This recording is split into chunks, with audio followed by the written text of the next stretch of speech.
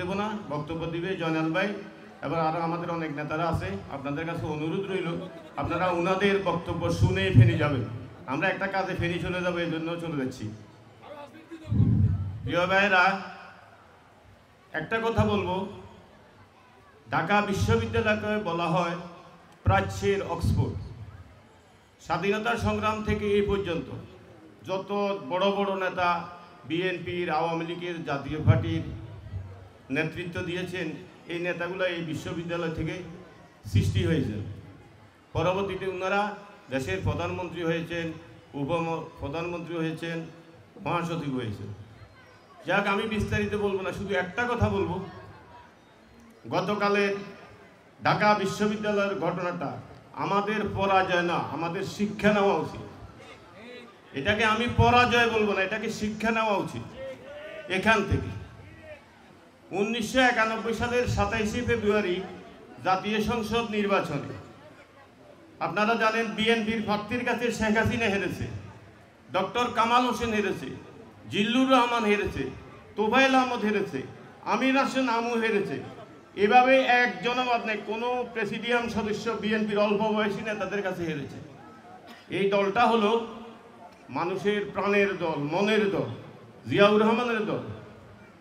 জিয়াউর রহমান এমন একটা ব্যক্তি যে প্রেসিডেন্টের ব্যাংকে কোনো অ্যাকাউন্ট ছিল না, যার একটা গাড়ি ছিল না, যার একটা বাড়ি ছিল না, অতিরিক্ত একটা শার্টও ছিল না। সেই দলের নেতাকর্মীরা কিভাবে চলবেন, আমি আমার কথা বলছি না। আমাদের ভারপ্রাপ্ত চেয়ারম্যান এসকেপি বৈঠকে যেসব বক্তব্যগুলো দেন আপনারা নিশ্চয় সামাজিক যোগাযোগ মাধ্যমে শুনেন, এবং দুই একটা মিটিংয়ে আমারও যাওয়ার সৌভাগ্য হয়েছিল।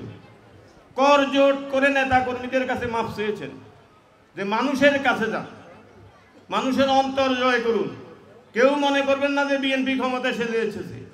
আবার এমন কিছু লোকও আছে এলাকাতে, গ্রাম্য ভাষায় বলতেছে আর কি, আমি হেড অফ নো বিএনপিতে, এ ধরনের লোকদের জায়গা নাই, কিছুই করবেন না।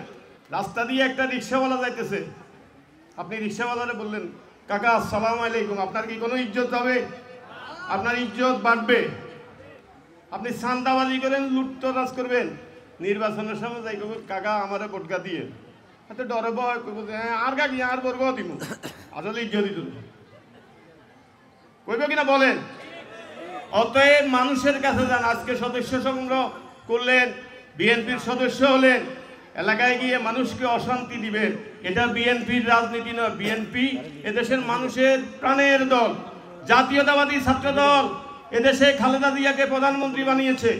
জাতীয়তাবাদী ছাত্র দল খালেদা জিয়াকে বাংলার কোরাজন বানিয়েছে। জাতীয়তাবাদী ছাত্র দল বাংলাদেশ এর প্রধানমন্ত্রী খালেদা জিয়াকে দেশ নেত্রী বানিয়েছে। অতএব জাতীয়তাবাদী ছাত্র দলের পরাজয় হওয়ার কথা না। এখানে জেলা কমিটির সভাপতি সম্পাদক আছেন, আমি প্রকাশ্যে বলতেছি, আপনারা চলে যাবেন, সামনে কমিটি হবে, এসিড টেস্ট করে কমিটি করবেন, একদম এসিড টেস্ট, যাতে যেই ছাত্র নেতার গ্রহণযোগ্যতা আছে তাকে সভাপতি সম্পাদক বানাবেন। যার বিরুদ্ধে সংগঠন বিরোধী কার্যকলাপ, এলাকাতে মাস্তানি করবে, ছাঁদাবাজি করবে, লুটতরাজ করবে, সেই নেতা আমাদের দরকার নাই। আল্লাহ হাফেজ। বাংলাদেশ জিন্দাবাদ। জাতীয়তাবাদী দল।